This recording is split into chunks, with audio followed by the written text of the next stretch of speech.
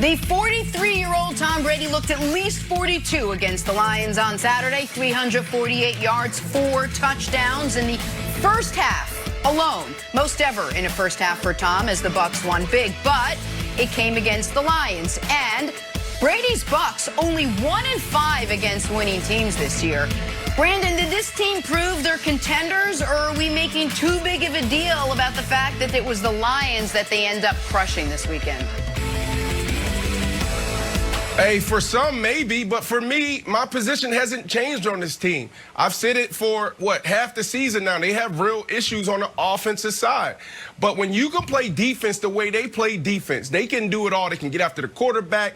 They can score the ball on defense. They are phenomenal. And you have a quarterback that's won 6 Super Bowls, you are a contender. Absolutely. I've been saying it, for 3-4 weeks. Every year, I'm looking for that 2005 Pittsburgh Steelers team. Who is that team that's going to be right around 7-5 and then get hot in December, going to the playoffs, and then win the Super Bowl? I said, man, is it the Las Vegas Raiders? I thought it was, but then they imploded. And then now you look at the only people out there, and that's the Tampa Bay Bucs. I absolutely believe that the Tampa Bay Bucs can play with anybody, especially how Tom Brady threw the ball in that first half.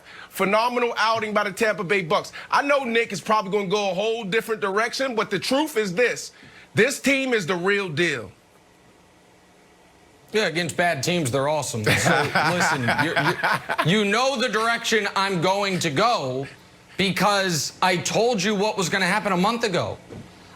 I would argue nobody has been more skeptical of these Bucs and Brady at age 43 than me. And yet, despite that, 3 weeks ago, I said Tampa's about to win 4 straight to end the year and trick a lot of people into thinking they're Super Bowl contenders. They're not. The problem with the playoffs is this. By definition, you have to play playoff teams. So we've got a sample size of a 15-game season. Let's just see how Brady and the Bucs look against playoff teams. Oh, that's right. Terrible. Non-playoff teams, best quarterback in the league. I would bet you his numbers against non-playoff teams are better than Patrick Mahomes or Aaron Rodgers. Unfortunately, again, it's a weird thing about the playoffs, Wilds. You only get to play playoff teams. So, no, annihilating the Lions and coming back big on the Falcons does not do anything other than prove what I thought we all already knew. If you can't get a pass rush, Brady can look as good as ever. Unfortunately for him, a pass rush is his version of midnight and he turns into a pumpkin. Like, it's all over for him at that point. So that is who the Bucs have been from start to finish. So no, people are making too big of a deal of it if they think they're contenders. Yeah, at the risk of derailing your whole point that you have to play playoff teams in the playoffs, are you sure the Bucs have to? Because they're either going to play Washington, the Giants, or the Cowboys. And I don't think when we talk about playoff teams, even though they're in the playoffs, they're not necessarily a playoff team. But the bigger issue for me is this.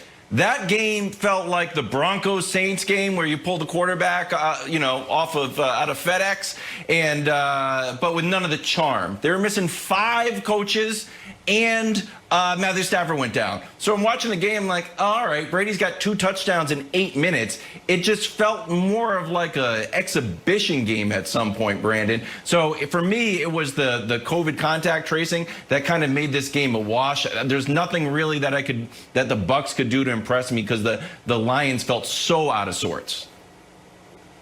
Look, there's no excuse in football. I don't care what happens on the other side, what happens in the other teams'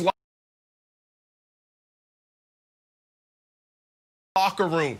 They strap up just like we strap up, and they got their butts kicked. And Nick, the last time this team lost was in November, and you know better than anybody else. You've been covering sports for a very long time. It's about, can you right your wrongs in December, in January? This team is doing that. And you're right, we won't know until the playoffs. But I'm telling you right now, because you're a big gambler and you like betting on sports, you better bet your bottom dollar that this team will contend. Ooh. They lost 2 games to the Saints. Okay. They lost to the Chicago Bears Thursday Night Football. Yeah. They lost to the Kansas City Chiefs by 3. They lost to the Rams by 3. But guess what? This team is going to be exactly where they need to be come playoff time. I promise you that.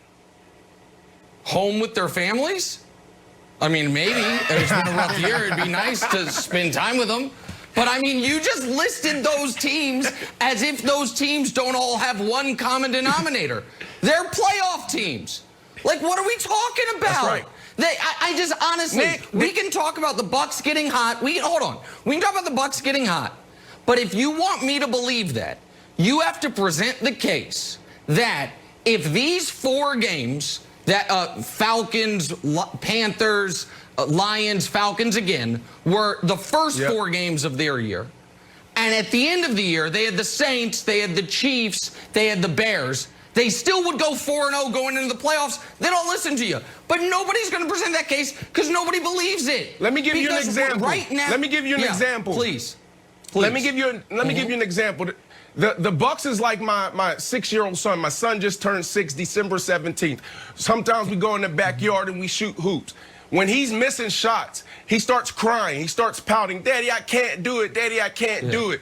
I say, "Son, think positive, like Russell Wilson. You remember Russell Wilson? That's your guy. Remember we were living in Seattle, Daddy's playing for the Seahawks, and I talked to you about how positive he is. Think about that and do that." And then all of a sudden he makes 1 shot. And then all of a sudden he makes 2, 3, 4, 5 in a row. That's who the Bucks are. 105. They've been trying to figure out in October, in November, who they are. They've been missing a deep ball. They haven't been able to run the ball on offense. And then all of a sudden you play these bum teams the last 4 games of the season, then you get in a rhythm, and then all of a sudden you have confidence, you have the mojo. That is what's happening in Tampa Bay right now. They are getting mojo and they have the confidence. Jenna, counterpoint, Brandon's 6-year-old son, also not a Super Bowl contender. That also is possible. That's also the other possibility. My counterpoint was that it's possible that he's also not winning the Super Bowl this year.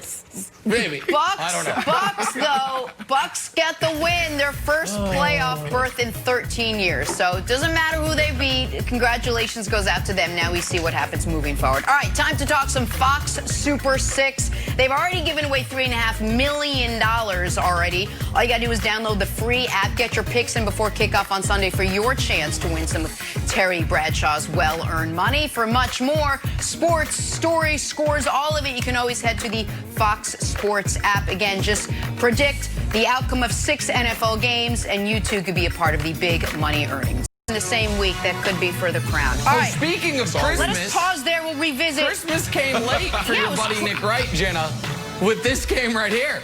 Go ahead. Hang on 1 second. We're in the NBA. The Clippers playing without Kawhi, making history yesterday, and not the good kind of history.